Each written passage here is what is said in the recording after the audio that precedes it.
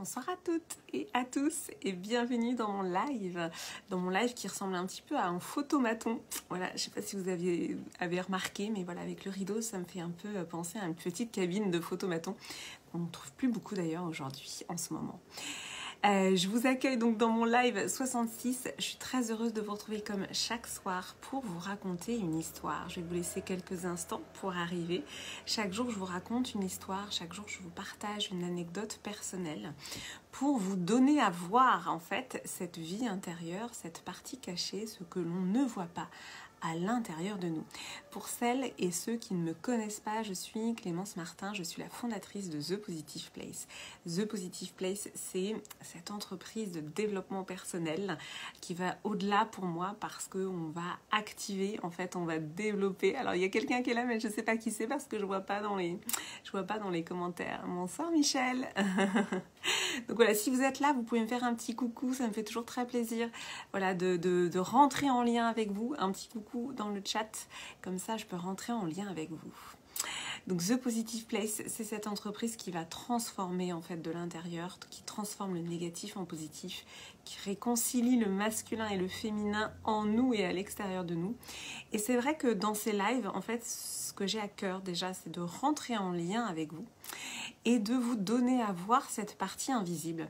Parce que finalement, c'est vrai qu'on est dans un monde quand même assez matérialiste qui fait que, eh bien, on voit pas, on parle pas forcément et on ne voit pas forcément ce qui se passe à l'intérieur. Et moi, j'ai envie de le montrer. Voilà, tout simplement, je donne à voir. Pourtant, je suis très pudique. Hein. En disant ça, je me dis oui, on a l'impression que j'ai pas beaucoup de pudeur. Mais en fait, je suis extrêmement pudique. Mais pour moi, c'est plus important de vous montrer les processus internes. C'est très important pour moi de vous montrer ce par quoi je suis passée aussi et quels bénéfices on peut avoir à faire ce cheminement interne. Parce que c'est vraiment pour moi, ça a été un bénéfice mais énorme et ça continue de l'être parce qu'en fait, c'est illimité. C'est une porte qui s'ouvre à l'intérieur et c'est sans fin. Et c'est ça que je trouve merveilleux en fait. Merci. Donc si vous êtes là, faites-moi un petit coucou. Et si vous êtes là en replay, mettez-moi le hashtag replay et puis posez-moi vos commentaires et ce que ça vous suscite, ce que ça éveille en vous. Voilà, moi ça me fait toujours très plaisir de voir quand ça résonne. Alors aujourd'hui, ce que j'avais envie de vous partager, aujourd'hui ça a été une très belle journée. Je ne sais pas pour vous, mais pour nous ça a été une très belle journée. Et j'ai passé en fait plus de 2 heures dans un parc qui est à côté de chez nous avec mon fils. C'est un lieu qui est important pour moi. C'est un lieu dans lequel je vais depuis plusieurs années. Dans lequel en fait mon fils retrouve ses copains, donc joue avec ses copains. Et moi, c'est des moments en fait presque méditatifs où je m'assois, j'ai mon petit coin, j'ai un petit muret qui m'attend, je prends des coussins, je prends mes cahiers, je prends mes feutres de toutes les couleurs, je prends mon smartphone parce que souvent j'écoute des podcasts, etc. Et donc c'est un moment incroyable pour moi parce que je suis dans ce parc avec ces enfants qui jouent. En plus, c'est un parc dans lequel il y a des jets d'eau, donc c'est toujours un super moment de voir les enfants jouer en fait avec l'eau. Et donc, je suis à la fois totalement dans l'instant présent à voir en fait ces enfants qui jouent et l'animation, l'activité, le mouvement en fait des enfants. Et en même temps, j'ai un calme intérieur extrêmement présent et je ralentis ma respiration et d'ailleurs je suis en train de le faire en même temps et dans ces moments en fait c'est en fait un état méditatif que je ressens. C'est un état aussi de flow, c'est-à-dire où je me connecte à quelque chose d'intérieur et il y a ce contraste entre l'agitation extérieure que j'observe et mon calme à l'intérieur. Et donc j'avais envie de vous partager ça déjà pour vous démontrer que la méditation, ça n'est pas seulement s'asseoir en tailleur et fermer les yeux. C'est aussi en fait se poser simplement et ralentir. Et ça passe beaucoup par la respiration. Donc moi dans ces moments-là, je ralentis ma respiration et tout d'un coup tout est au ralenti justement. Et je ressens un calme intérieur extrêmement important.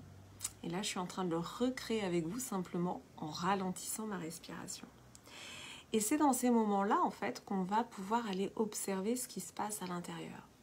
Il faut savoir que toutes les civilisations, quasiment toutes les cultures avaient des rituels comme ça, qu'on appelle rituels méditatifs, qui sont des moments d'apaisement et de calme où on va ralentir.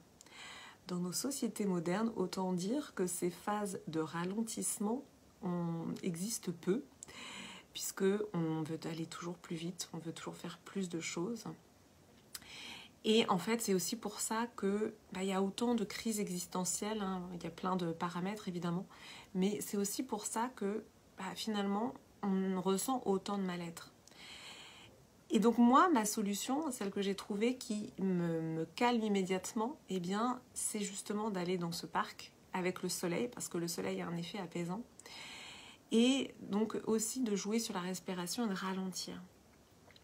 Et c'est aussi en fait des moments où je vais être dans des phases d'écriture et de dessin, puisque je vous l'ai dit, quand je vais dans ce lieu, souvent je prends mon cahier, mes feutres, et je dessine, et je fais des mind mapping, et j'utilise les couleurs. Et tout ça, en fait, c'est une forme d'expression et de créativité avec laquelle j'ai renoué en 2017, donc finalement, c'est assez récent. Et pourquoi je dis renouer? Parce que dans ces lives, je vous parle aussi de moi pour vous montrer les enseignements que j'en tire. Eh bien, entre l'âge de 7 ans et l'âge de 17 ans, en fait, j'avais une seule activité, c'était dessiner. Je ne faisais que dessiner, enfin j'avais d'autres activités, mais ce que je veux dire par là, c'est que c'était la principale activité qui m'occupait et qui surtout m'absorbait. Et j'étais dans ce flow. Alors peut-être que vous connaissez la dimension du flow. Qu'est-ce que le flow?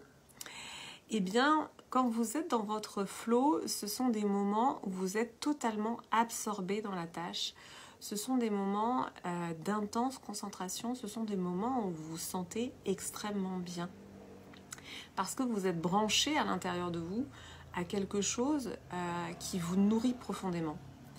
Bien moi, entre l'âge de 7 ans et 17 ans, je ne faisais que dessiner et ça me nourrissait énormément. Et puis, à l'âge adulte, j'ai grandi et j'ai lâché en fait cette passion du dessin complètement. Et comme tout le monde, j'ai travaillé, etc. Et j'ai été même jusqu'à penser, ressentir que je n'étais pas une personne créative. Et je me souviens très bien de l'avoir vraiment pensé. Je me disais, mais quand même, je suis pas très créative, etc. Et en fait, j'ai renoué avec le dessin en 2017, quand j'ai entamé tout ce travail de développement personnel. J'avais acheté un premier cahier en 2017, j'en avais parlé dans un de mes lives dans lequel au départ je voulais écrire une chanson. Et puis en fait j'ai commencé à écrire, j'ai commencé à dessiner, j'ai commencé à utiliser mes feutres. Et effet boule de neige en fait, aujourd'hui, donc on est en 2021, je crois que c'est peut-être mon 15e cahier. Donc j'achète toujours les mêmes cahiers. Comme ça, ça me permet d'avoir le même modèle de cahier. Et je remplis ces cahiers. Et donc, ça prouve bien... Alors pour moi, il y a il y a plusieurs enseignements dans cette histoire. Quel est l'enseignement de cette histoire? Déjà, première chose, pour moi, ce que vous faisiez quand vous étiez enfant, adolescent, ça a du sens en fait, ça a de l'importance. Donc, allez observer ce qui était important pour vous dans ces âges-là, dans ces moments-là. Ça donne une indication sur ce qui vous nourrit. On sait que la créativité, en fait, c'est quelque chose que finalement on a enfant et puis on va le perdre au fur et à mesure du temps, aussi à cause de l'environnement, aussi à cause du contexte. Et moi, ce que j'ai pu expérimenter et prouver, c'est qu'en fait, la créativité, ça se développe et que plus on va solliciter notre créativité, plus elle va jaillir, j'ai envie de dire, plus elle va, ça va devenir comme un rebond, c'est l'effet boule de neige. Et l'autre enseignement que j'ai envie de vous partager aujourd'hui, c'est qu'en fait la créativité, c'est vraiment dans notre nature. Et j'ai envie de dire, c'est un des ressorts de l'énergie féminine. Donc l'énergie féminine, c'est pas que les femmes qui ont de l'énergie féminine, c'est aussi les hommes. L'énergie féminine, eh bien, il y a cette dimension de créativité. Ça, c'est un des aspects qu'on va aller vraiment explorer dans l'initiation de la femme solaire, dans la dernière activation qui va démarrer le 5 juillet. Donc, cette dimension d'énergie féminine qui est présente, qui peut être présente chez les hommes comme chez les femmes, Eh bien, cette dimension d'énergie féminine, c'est aussi cette créativité. Et en tout cas, moi, ce que je peux vous partager aujourd'hui, c'est que c'est une source pour moi de joie, en fait. De joie parce que je suis dans mon flow, parce que je laisse émerger quelque chose qui provient de l'intérieur, qui provient de mon essence, en fait. Et donc, de développer sa créativité, qu'est-ce que ça amène? Mais ça amène une grande joie, une sérénité et un bien-être. Donc, c'est vraiment le message que j'avais envie de vous passer aujourd'hui, que déjà, en fait, nous sommes tous créatifs. Il n'y a pas qu'il y a des gens créatifs et les autres, on a tous de la créativité. Et en fait, la créativité, ça se développe. Et pour les femmes qui regardent ce live, eh bien, je vous invite, si ça vous parle, à me contacter pour rejoindre l'activation Incarner son féminin sacré qui va commencer le 5 juillet, où on va vraiment aller creuser cette dimension-là. Pour les femmes de l'initiation de la femme solaire, en fait, ce qui se passe en ce moment, c'est juste incroyable. Elles ont des révélations, elles ont des aha moments, comme disent les Américains. Je ne sais pas si vous connaissez cette expression, les aha moments. Donc on est sur, quand je parle d'activation énergétique, c'est vraiment ça en fait. On est sur, il se passe des choses en fait à l'intérieur. Et c'est pour ça que j'appelle ça des initiations. Une initiation, les rites initiatiques, c'était des choses qu'on retrouvait dans les cultures anciennes. Moi, je me suis beaucoup intéressée à la culture amérindienne. Pour moi, c'est des choses qui manquent en fait aujourd'hui. J'ai vraiment à cœur de faire ce pont entre justement les civilisations anciennes et le meilleur de notre société moderne. Évidemment, il n'y a pas tout à jeter dans notre société moderne. La preuve, je suis en train de faire un Facebook Live. Je veux dire, voilà, c'est génial. Mais il y a pour moi des choses qui manquent et ma mission, c'est de ramener ces choses-là, c'est de faire vivre ces choses-là, c'est de créer des espaces où on peut vivre ensemble ces moments en fait de passage, ces rites de passage, ces initiations qui vont transformer l'intérieur. Parce que voilà, il ne suffit pas de lire un livre de développement personnel pour être transformé vraiment de l'intérieur. Et donc moi, c'est ça que j'amène et c'est là que je vous emmène.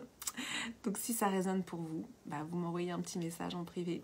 Et puis sinon, j'ai été très très heureuse de partager ce moment avec vous, de vous livrer cette histoire du soir, ce message du soir. C'était donc mon live 66. Demain, on se retrouve pour le live 67. Je vais vous souhaiter une très belle soirée et je vous dis à demain, je vous embrasse. À bientôt.